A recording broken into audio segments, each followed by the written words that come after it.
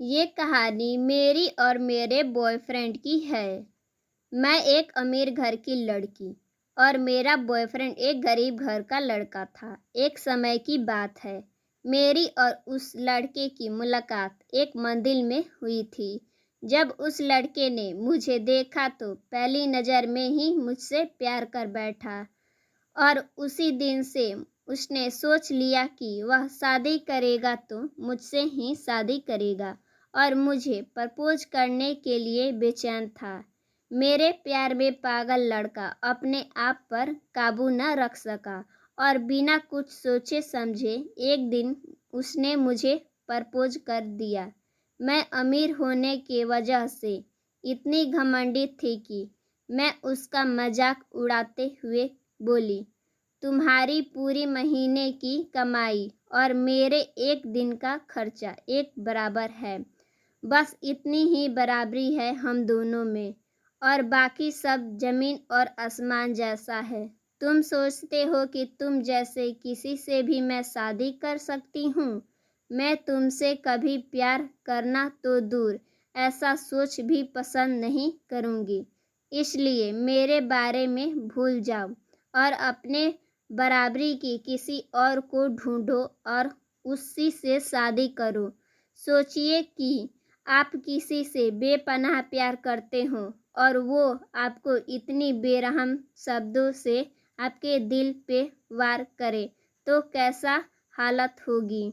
बेचारा वो लड़का आहत होकर खून के आंसू पीकर वहाँ से सिर झुकाकर चला गया। इतनी कठोरता से ठुकराए जाने के बावजूद पता नहीं क्यों उसने मुझे कभी भी भूल नहीं पाया। शायद सच्चा प्यार ऐसा ही होता है। इस घटना को लगभग 10 साल बीत गए। एक दिन वह लड़का और मैं गलती से शॉपिंग मॉल में एक दूसरे से टकरा गए। मैं तुरंत उसे पहचान गई और कहा, अरे तुम अपने बराबरी की कोई लड़की ढूंढकर उससे शादी की या नहीं? मैंने अब एक बहुत ही स्मार्ट आदमी से शादी कर ली हूँ जिसकी एक महीने की सैलरी 10 लाख रुपए है। क्यों, अच्छा हुआ ना मैंने तुमसे शादी नहीं की। वो लड़का अब भी मेरी परवाह करता था। मैं आज भी उससे वैसे ही बात कर रही थी जैसे उससे ने मुझे प्रपोज किया उस टाइम की थी।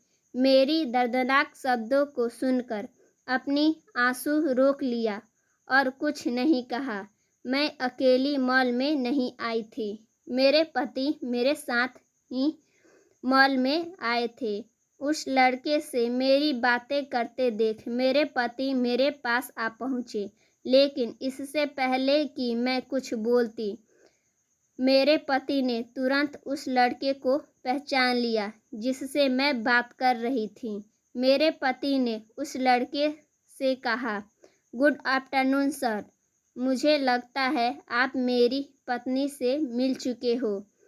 उस लड़के ने मेरे पति से कहा, गुड आफ्टरनून। फिर मेरे पति मुझे बोले, डार्लिंग, मैं चाहूँगा कि तुम मेरे बॉस से मिलो।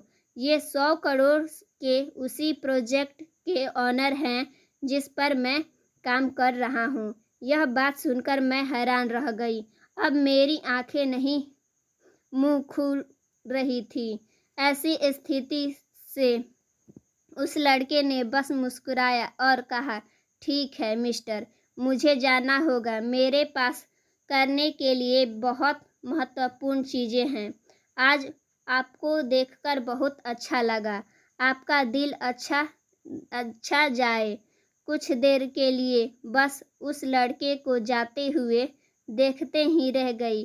फिर मुझे पूछे, क्या हुआ डार्लिंग? फिर मैं अपने पति से पूछी, वाकई में ये आपके बॉस थे? मेरे पति बोले, हाँ डार्लिंग, बहुत अच्छे इंसान है ना, लेकिन उनके जीवन के साथ काफ़ी दुर्घटना घटी। उन्होंने एक बार मुझसे कहा था कि वह एक लड़की से प्यार करते थे, लेकिन उसने उसे छोड़ दिया क्योंकि वह तब गरीब थे। इस वजह से उन्होंने जीवन में कड़ी मेहनत की और आज इस मकाम पर पहुँचे हैं। वह सफल हो गए। अब वह एक करोड़पति हैं जो एक महीने में लाखों डॉलर कमाते हैं। लेकिन मैं ये ज़रूर कहूँगा कि वो लड़की एकदम सच्चा प्यार करते थे, इसलिए वो आज भी उससे जीवन में आगे नहीं बढ़ पाए। उन्होंने अब तक शादी नहीं की है। मेरे पति उसके गुणगान गाते रहे।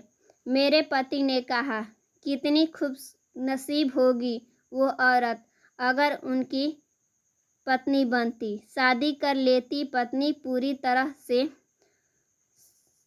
सदमे में थी और यह शब्द नहीं बोल पा रही थी। दोस्तों, जीवन हमारी उम्मीद से भी ज़्यादा छोटी है, इसलिए दूसरों को उनकी औकात परिस्थिति के कारण नीचा दिखाना बहुत अधूमानी का होती है।